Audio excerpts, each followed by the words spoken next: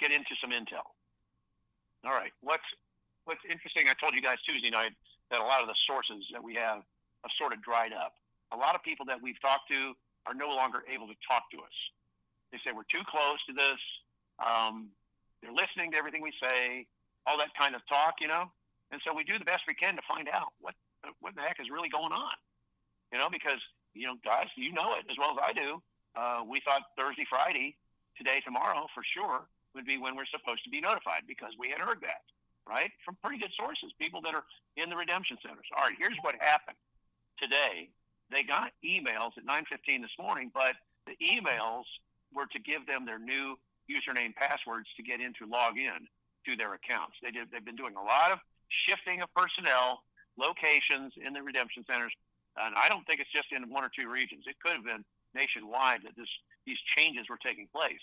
So this morning, the redemption center leaders were looking for a new username password to access to go online. All right, onto the proper site. So in the case, we did get to talk with one of our bank leaders and one of our redemption center leaders, very briefly.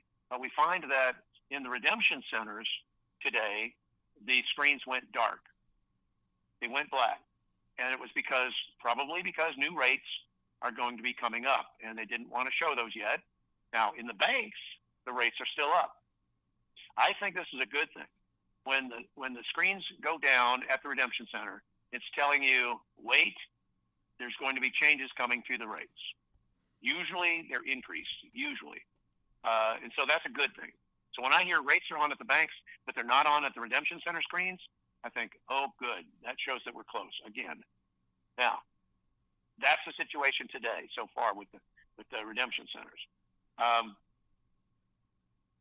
There have been new currencies that have been added. I mentioned on Tuesday that there is only one basket. This global currency reset is a once-for-all deal. We're not going to have a second or a third or a fourth basket. That's old stuff that is no longer the case. Even if it was true in the past, it's not true now. One basket, but they have added 4 or 5 new currencies in the last couple of days. And for example, I mentioned North Korea, South Korea. They both use, if I remember right, the North Korean won, WON, South Korean won, WON. Now, I believe you'll have a new won for both North and South Korea when they announce some kind of a, not a repatriation, but where the two will be joined back as one country. Okay? Sort of like what happened in Vietnam. So we're going to have North and South Korea as one country, and maybe initially it'll be two different currencies. I don't know. But I know they're both on, the plan is for both of them to be on the redemption center screens. You have Syria. President Trump dropped the sanctions against Syria 2 days ago.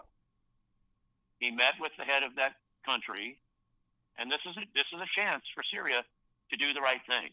President Trump is giving them that, and also as a result, the Syrian currency will be revalued. I don't have any idea what. I think it's worth about 15 cents on the dollar now. I think that's what I've heard on Newsmax. So we'll see how that comes to be, what it ends up becoming. But obviously, President Trump has told these guys about economic renewal and about everything that can be happening in their country if they just decide not to be agents of terrorism, but rather an agent of peace.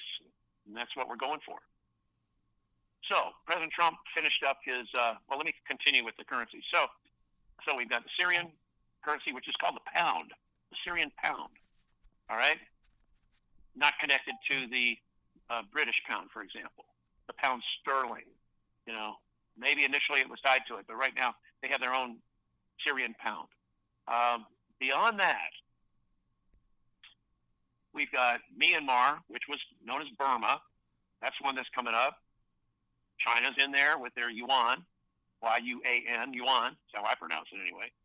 And you've got Cambodia is in there. Nothing was mentioned about Laos, but I don't know what happened with that.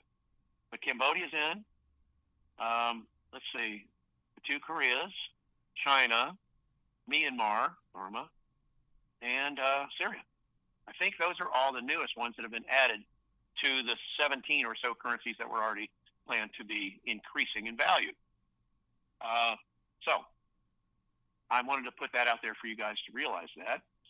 And let's see, what else? So what we're hearing from our bondholders, again, they've been pushed just like we have. This whole thing is going to unravel in about a 48-hour period.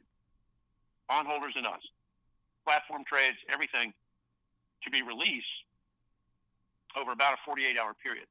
The latest information we heard, and that's one reason I was a little bit late to the call tonight, is that everything is supposed to be released, and this would be our notifications and notifications to the bondholders that they have access to their funds in their accounts.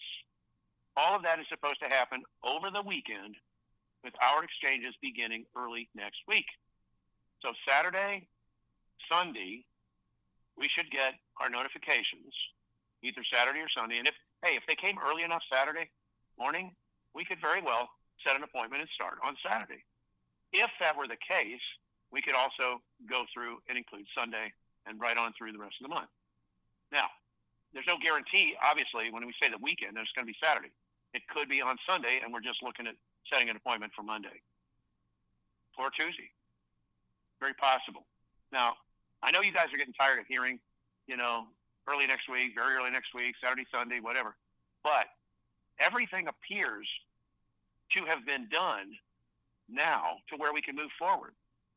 And I'll tell you one thing, we had a total of 61,000 IRS agents that were let go in 30 hours. That's a very positive thing for us to move into Nesara with no income tax, no state income tax, but rather a consumption tax that we've talked about of either 14 or 15% that would be inboarded in the cost of new items, new goods.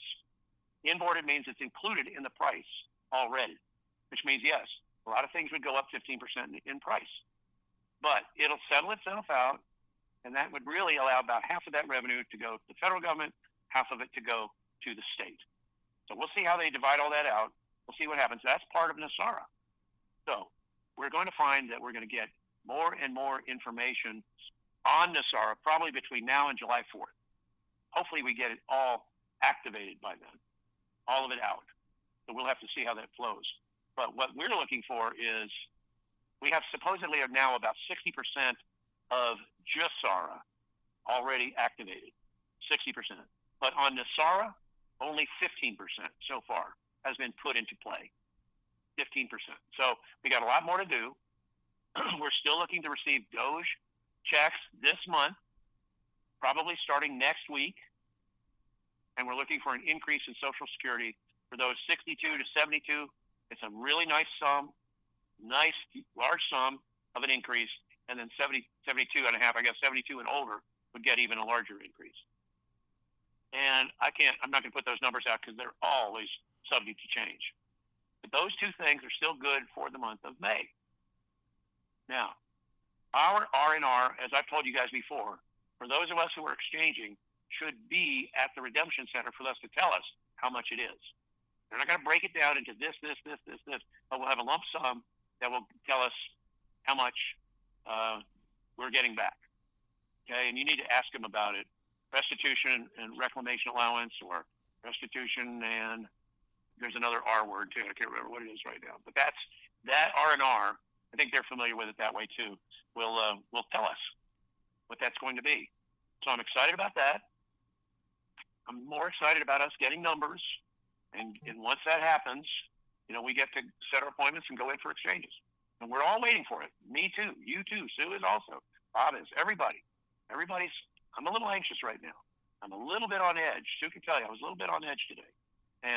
But it's excitement, basically. I'm excited because I can see a little light at the end of this tunnel. So I'm looking forward to going just like you guys are. And I'm certainly looking forward to the med beds. And certainly after that, I'm looking forward to the rebuild projects, Rebuild America, Rebuild International, getting a little travel in, and getting started with our concepts. So I know you are too. Speaking of which,